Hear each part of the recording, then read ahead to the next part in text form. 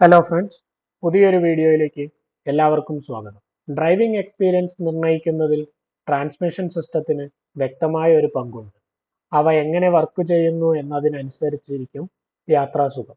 Manual ട്രാൻസ്മിഷനുകളെയും automatic ട്രാൻസ്മിഷനുകളെയും കുറിച്ച് നമ്മൾ discuss ചെയ്തു. ഓട്ടോമാറ്റിക് ട്രാൻസ്മിഷൻ ഒരുപാട് ടൈപ്പിലുണ്ടെന്ന് നിങ്ങൾക്കറിയാമല്ലോ.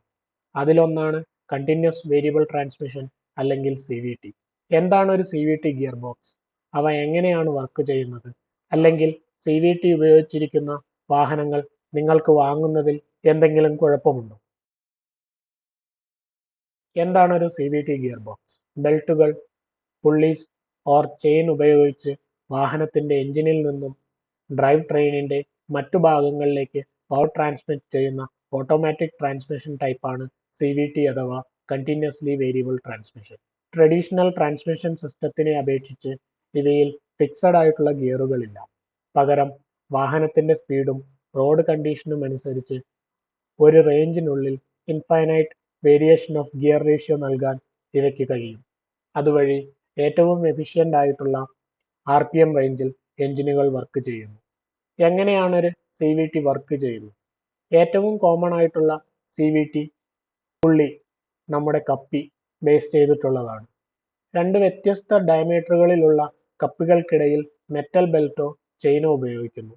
രണ്ട് കപ്പികളും എക്സാക്ട് സർക്കുലർ ഷേപ്പിലല്ല, ഒരു കോണിക്കൽ ഷേപ്പിലാണുള്ളത്.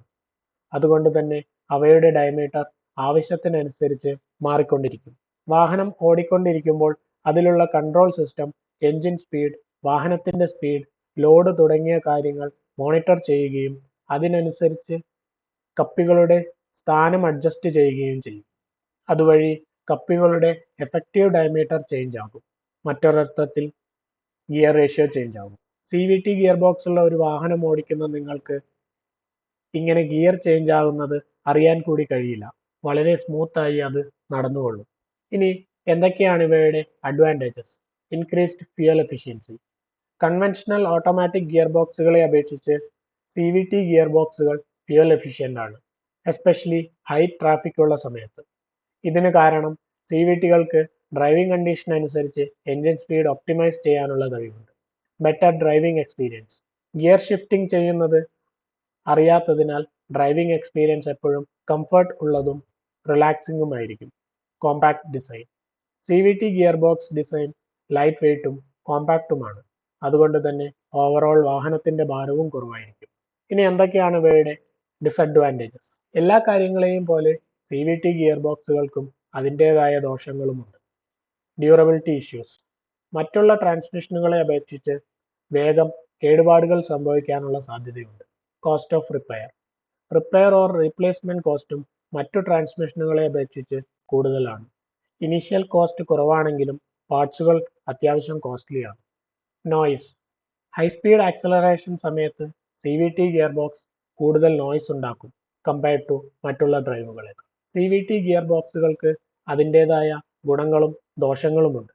ഇനി നിങ്ങളൊരു വാഹനം വാങ്ങുമ്പോൾ ഇത്തരത്തിലൊന്ന് സെലക്ട് ചെയ്യണോ എന്നത് നിങ്ങളുടെ ഡ്രൈവിംഗ് ഹാബിറ്റ്സ്, പ്രയോറിറ്റീസ്, അതുപോലെ തന്നെ നിങ്ങളുടെ ആവശ്യങ്ങൾ എന്നിവ അനുസരിച്ചിരിക്കും. അതുകൊണ്ട് തന്നെ CVT ഗിയർ ബോക്സ് ഉള്ള ഒരു വാഹനം ടെസ്റ്റ് ഡ്രൈവ് ചെയ്ത് അവ നിങ്ങളുടെ ഡ്രൈവിംഗ് സ്റ്റൈലിനും കംഫർട്ടിനും അനുസരിച്ചാണോ എന്ന് മനസ്സിലാക്കി വാഹനം തിരഞ്ഞെടുക്കാം.